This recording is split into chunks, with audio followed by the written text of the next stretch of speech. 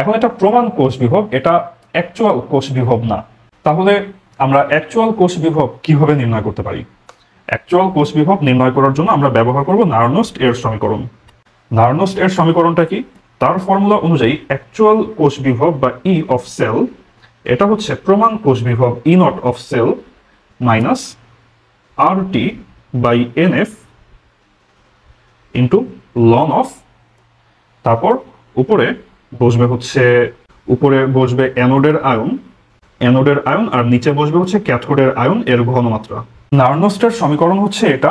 এখানে আমরা হচ্ছে একটা কোষের প্রমাণ কোষ বিভব থেকে তার অ্যাকচুয়াল কোষ বিভব কত সেটা আমরা নির্ণয় করতে পারি।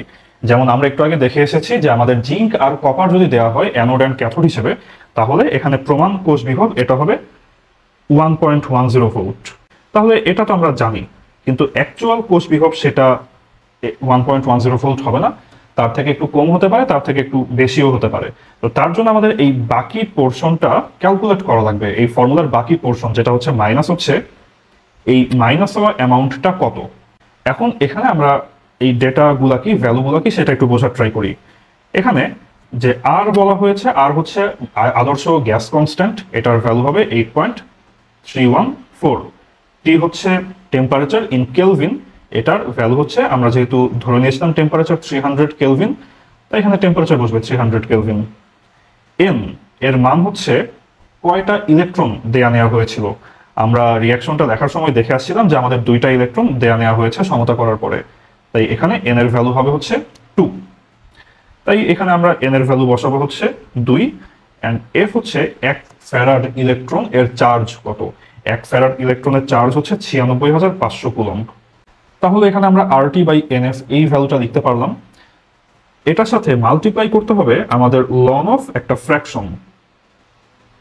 ফ্র্যাকশনটা কে, লনের পরে কে বসবে? অ্যানোড আয়নের থার্ড ব্র্যাকেট মানে বোঝায় ঘনমাত্রা, অ্যানোড আয়নের ঘনমাত্রা অ্যান্ড ক্যাথোড আয়নের ঘনমাত্রা।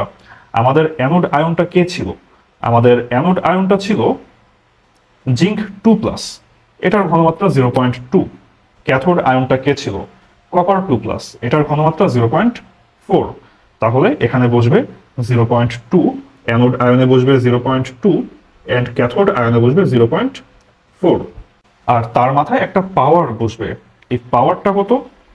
আমরা এই যে সমতা করার বিক্রিয়াটা লিখলাম একটু আগে, আমরা এইখানে যে সমতা করার বিক্রিয়াটা লিখলাম, এই সমতা করার বিক্রিয়ায় আমাদেরকে দেখতে হবে যে জিঙ্ক কয়টা ছিল, কপার কয়টা ছিল। লাকিলি এখানে জিঙ্ক হচ্ছে একটা করে ছিল অ্যান্ড কপারও এখানে একটা করেই ছিল।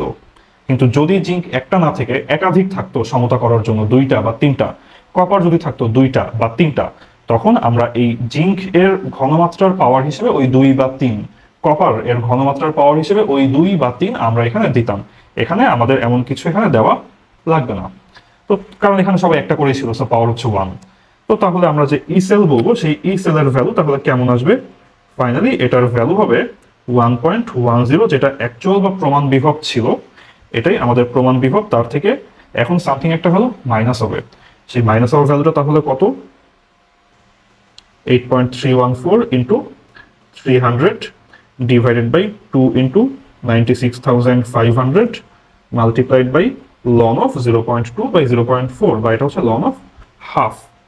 এখান থেকে ক্যালকুলেট করে আমরা যেই ভ্যালুটা পাবো সেটা যদি আমরা প্রপারলি মাইনাস করে দিই, তাহলেই আমরা আমাদের কোষের অ্যাকচুয়াল কোষ বিভব আমরা পেয়ে যাব। এটাকে আমরা বলি কোষ বিভব, অ্যান্ড ই নট যেটা ছিল এটাকে আমরা বলি প্রমাণ কোষ বিভব। এই প্রমাণ কোষ বিভবের সাথে নার্নস্ট ইকুয়েশনটা অ্যাপ্লাই করে আমরা একটা কোষের অ্যাকচুয়াল বিভব নির্ণয় করতে পারি। কি কি বিষয় রোল প্লে করে এই ভ্যালুটা চেঞ্জ করতে? রোল প্লে করে হচ্ছে টেম্পারেচার কেমন, কয়টা ইলেকট্রন দেয়া নেওয়া হলো, অ্যান্ড আমাদের এই 2টা যে অ্যানোডের দ্রবণ, ক্যাথোডের দ্রবণ, সেই দ্রবণগুলোর ঘনমাত্রা কত, এই ভ্যালুগুলো এখানে রোল প্লে করে। 8, 9 অর্থাৎ 1.10 প্লাস 0.00, 8, 9 অর্থাৎ 1.1089 ভোল্ট। এই নার্নস্ট ইকুয়েশনের মাধ্যমে আমরা একটা তড়িৎ কোষ তার অ্যাকচুয়াল কোষ বিভব কত সেটা আমরা নির্ণয় করতে পারি।